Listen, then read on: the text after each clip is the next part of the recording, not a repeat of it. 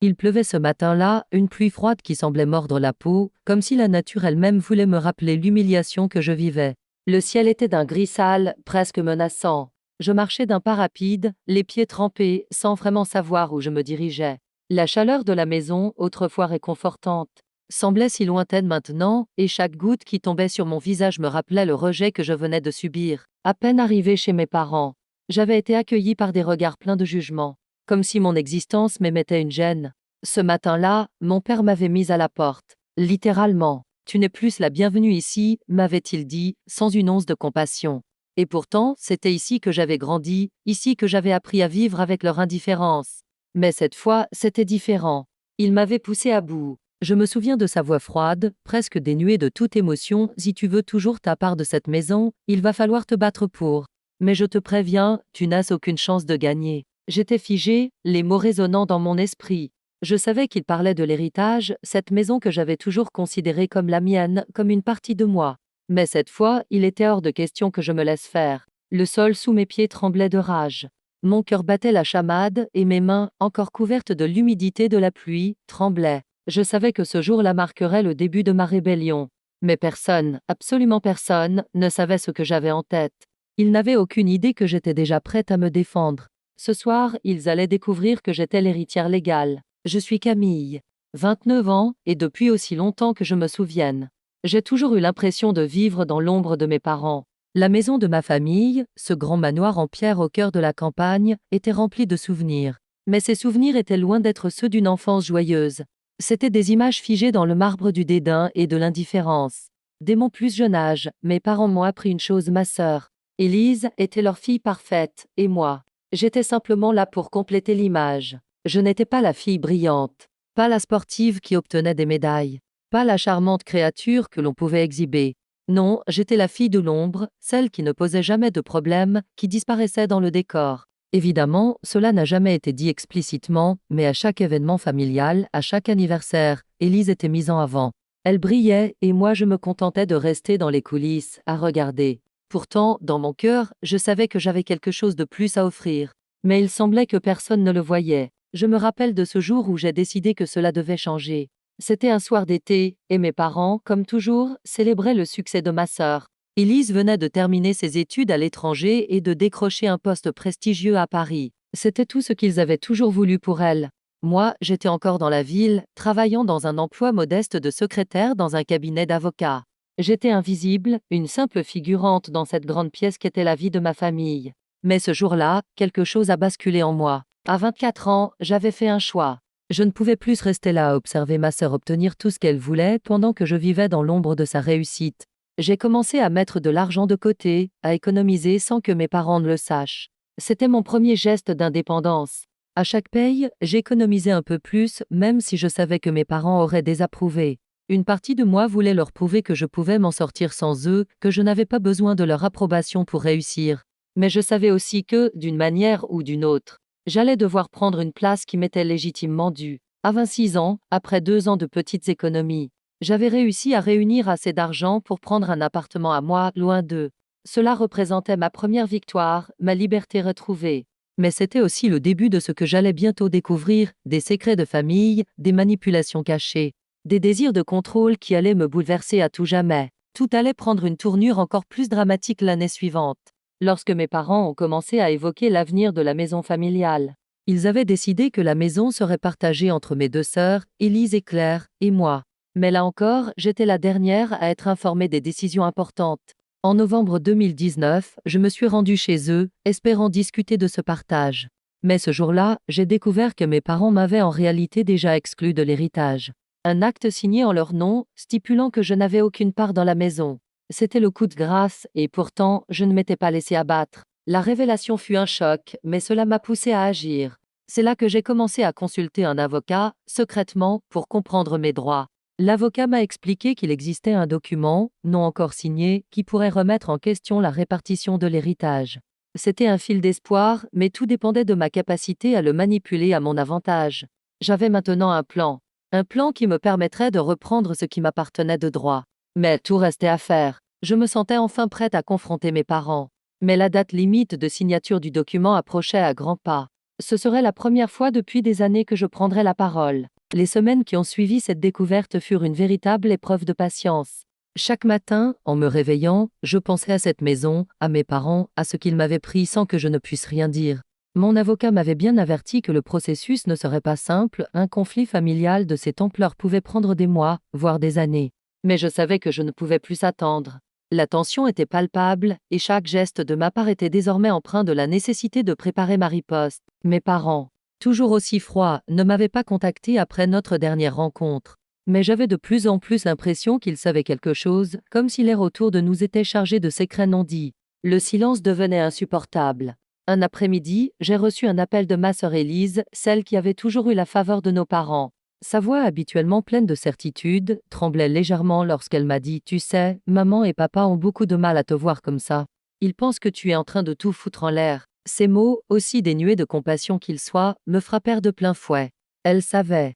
Elle savait qu'un changement était imminent, mais elle ne savait pas encore à quel point j'étais prête à me battre. Le mois de février 2020 marquait un tournant décisif. Ce mois-là, j'ai découvert un détail crucial dans un document que mon avocat m'avait transmis, une date limite pour signer un compromis d'achat pour la maison. Ce document devait sceller une vente partielle de la propriété. Si mes parents signaient ce compromis, je perdais tous mes droits sur la maison, et mes chances de récupérer ce qui m'appartenait s'envolaient. Ce compromis avait été signé par mes parents sans me consulter, et il était maintenant trop tard pour le stopper, sauf si j'agissais vite. Mon cœur battait la chamade à chaque nouveau mail, à chaque échange avec mon avocat.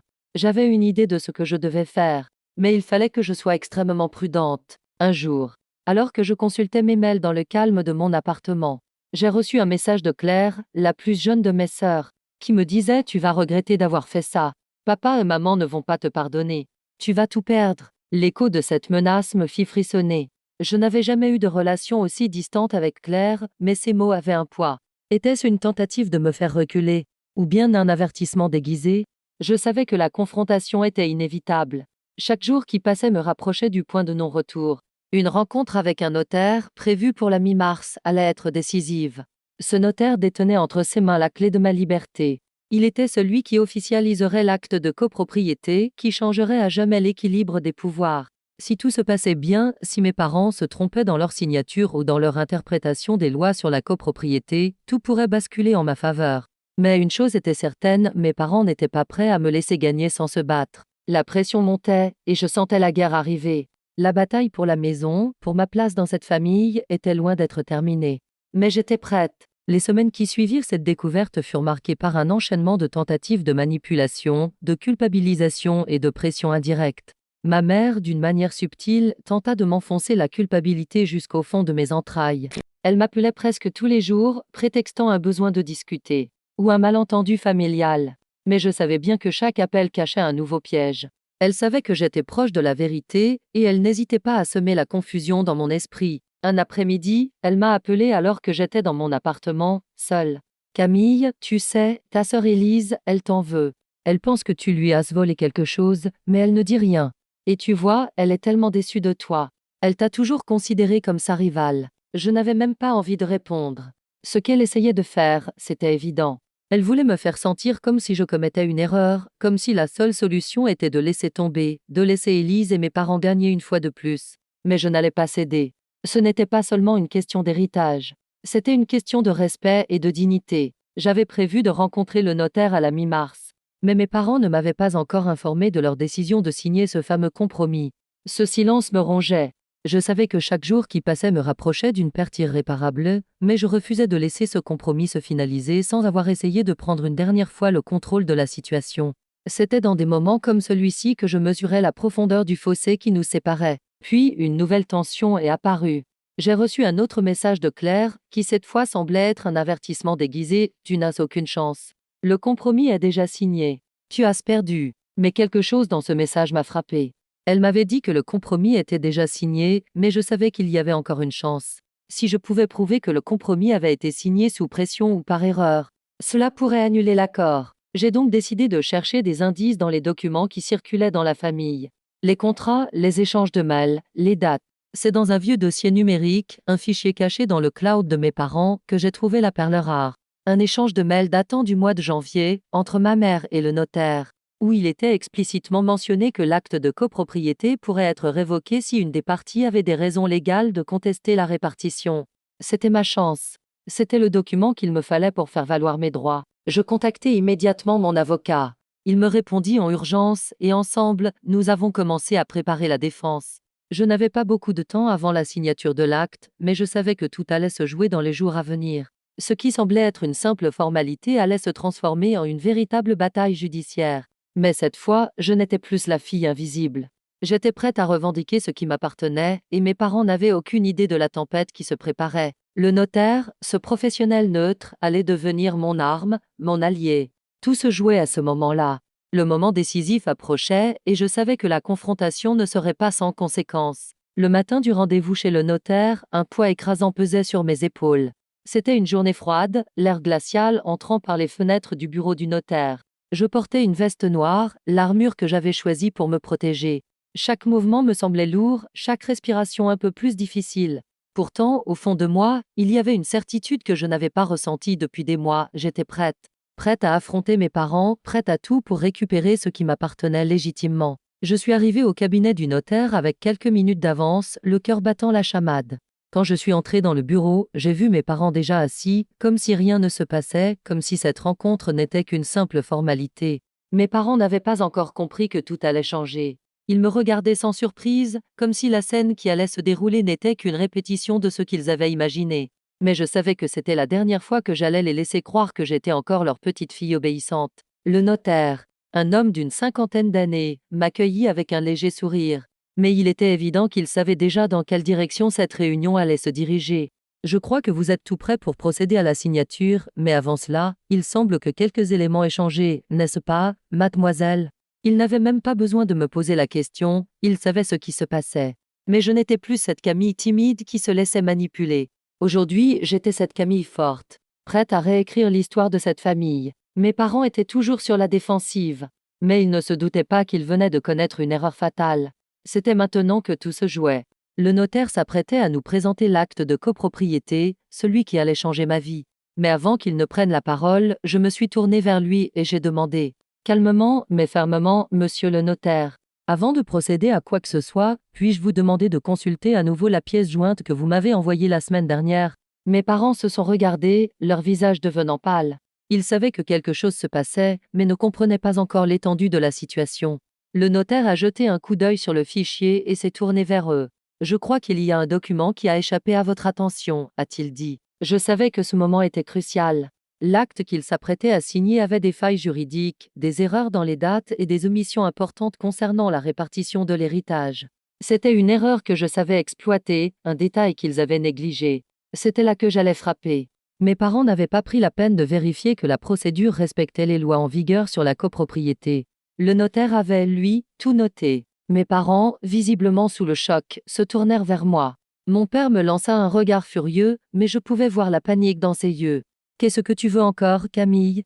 C'est notre décision, et tu ne peux rien y changer. » Sa voix tremblait de colère, mais il n'avait pas idée que sa décision de ne pas vérifier les documents allait lui coûter cher. Je n'ai pas réagi à sa menace. Au lieu de cela, j'ai sorti de ma sacoche un dossier contenant la copie du document que mon avocat m'avait préparé. Je l'ai tendu au notaire. « Monsieur le notaire, je pense que vous allez trouver ce document très intéressant, et je dis calmement. » Mes parents étaient figés. Le notaire, d'un geste mécanique, a pris le dossier, l'a ouvert et a parcouru les pages. Ses yeux se sont arrêtés sur une clause particulière. « Ah, je vois. Effectivement, il y a un problème avec la validité de cet acte. La signature de la copropriété pourrait être annulée si, dit-il, levant les yeux vers mes parents. Il y a eu des irrégularités dans la procédure. Mes parents étaient désormais sous le choc. Ils avaient tout perdu, mais ne le savaient pas encore.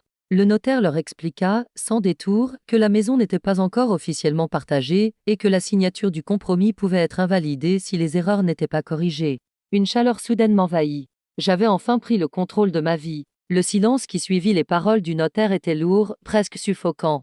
J'avais l'impression que tout le monde dans cette pièce retenait son souffle. Mes parents, immobiles, regardaient l'acte, puis se tournaient vers moi, incapables de prononcer un mot. Ils comprenaient maintenant. Leurs yeux se remplirent de colère, mais aussi de quelque chose que je n'avais jamais vu chez eux, la peur. Ce document est un faux, n'est-ce pas?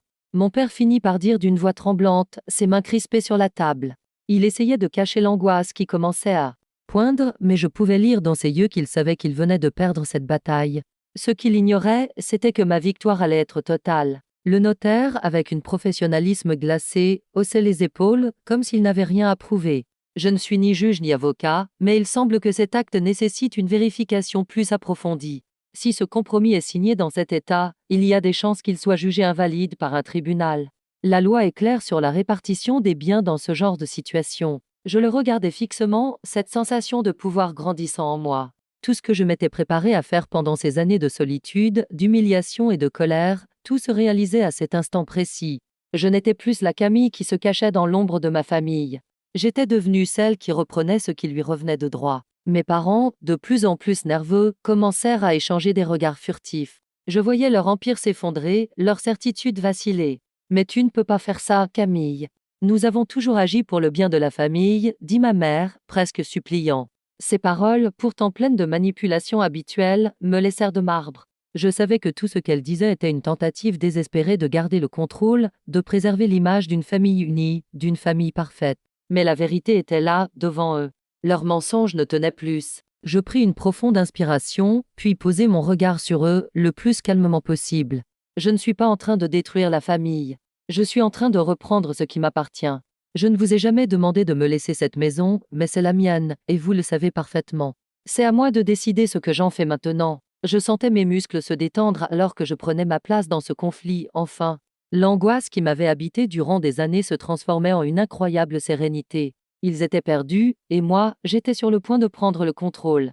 Le notaire, ayant pris la mesure de la situation, leva une nouvelle fois les yeux. Je vous conseille de reconsidérer votre position. Si cela devait aller en justice, je crains que vous n'ayez pas de recours. Le silence se fit à nouveau, plus lourd que jamais. Mais à cet instant précis, je savais que le pouvoir avait basculé. J'avais fait le premier pas vers une nouvelle vie, vers un avenir que je m'étais enfin construit seul. Mes parents, eux, restaient figés, incapables de réagir. Mon avocat m'envoya un dernier message, une simple phrase qui allait sceller notre victoire. L'acte est prêt à être signé, Camille. Il ne reste plus que la signature du notaire pour officialiser tout cela. Je savais que c'était désormais la fin pour mes parents.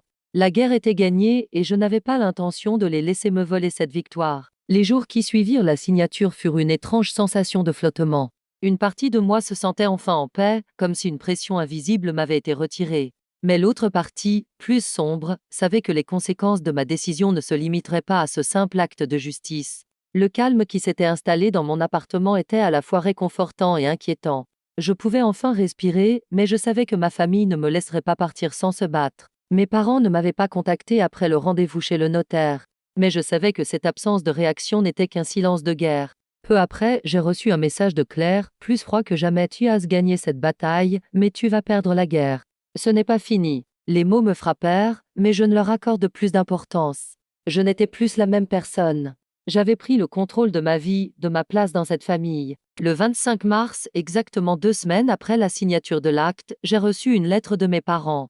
Ils m'avaient fait parvenir un document signé par un avocat de la famille, annonçant que, selon eux, le compromis signé était nul et non avenu. Ils affirmaient que j'avais agi de manière illégale en recourant à un acte de révision après la signature. La lettre était bourrée d'accusations, de menaces et de tentatives de m'intimider. Ils me demandaient de retirer la signature et d'annuler la procédure. Ce fut un choc.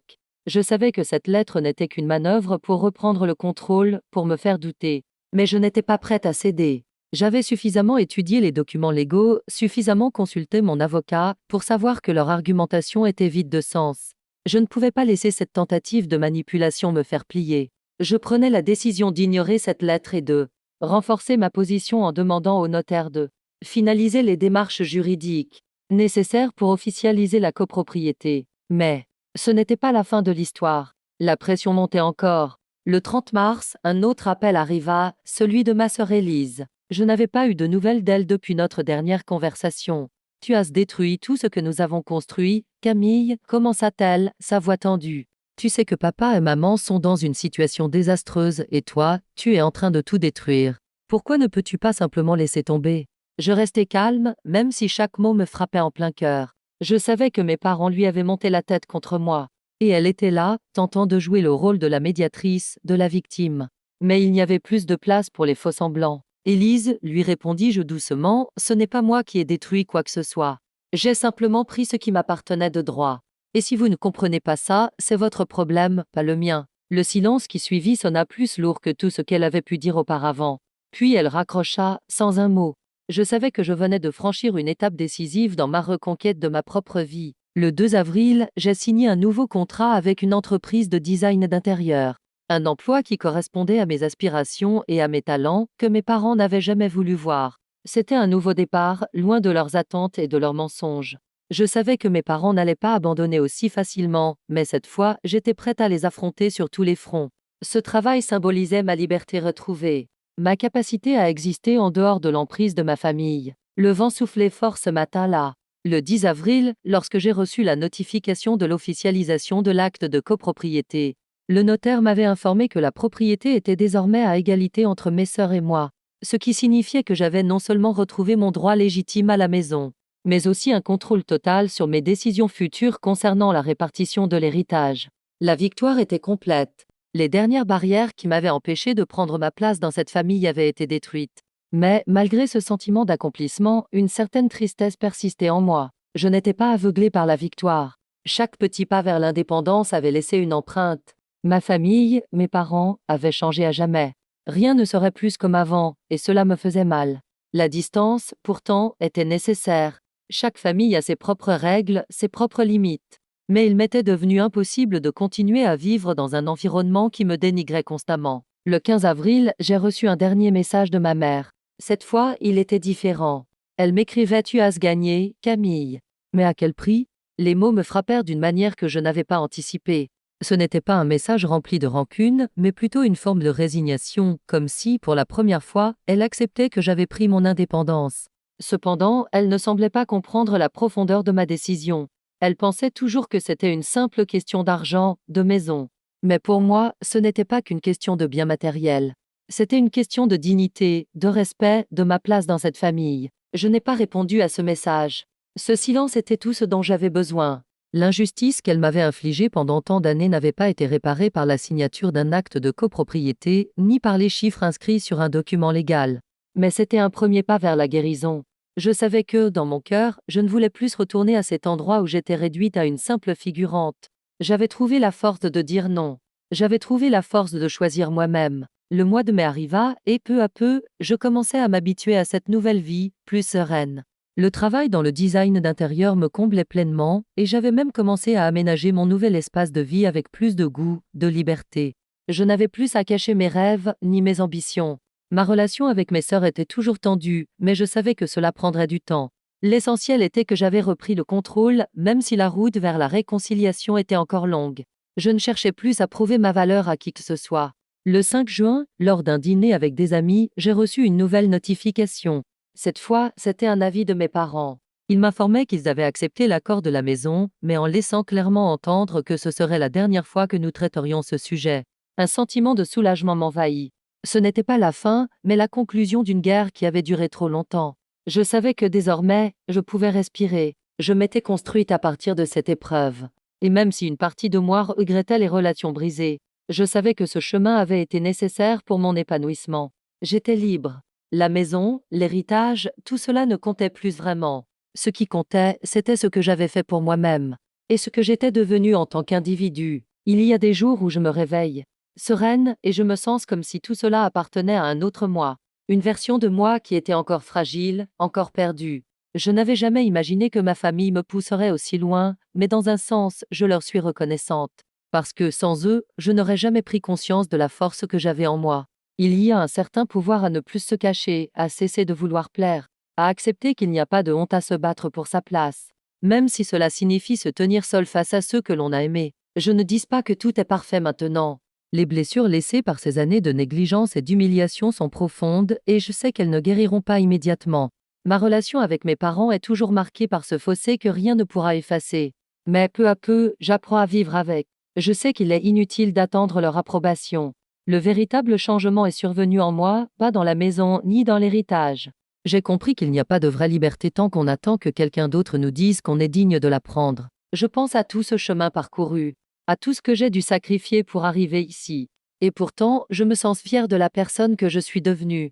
Je ne suis plus cette Camille qui se cachait dans l'ombre, dans la peur de décevoir. Je suis devenue celle qui a pris le risque de tout perdre pour gagner sa liberté, son respect et sa dignité. Aujourd'hui, je n'ai plus besoin de prouver ma valeur. Ma famille peut continuer à juger, à me condamner, mais je sais que la seule chose qui compte, c'est moi. Ma vie est enfin la mienne, et je me suis forgé cette paix intérieure que je ne croyais pas possible. La première nuit où j'ai dormi en toute tranquillité, sans la peur constante de l'abandon ou de la trahison, fut la plus douce. J'ai compris que la liberté ne réside pas dans ce que l'on possède, mais dans la capacité à se libérer des chaînes invisibles. Et c'est dans cette liberté que j'ai trouvé ma véritable force. Je n'ai plus besoin de l'approbation de personne, sauf de moi-même.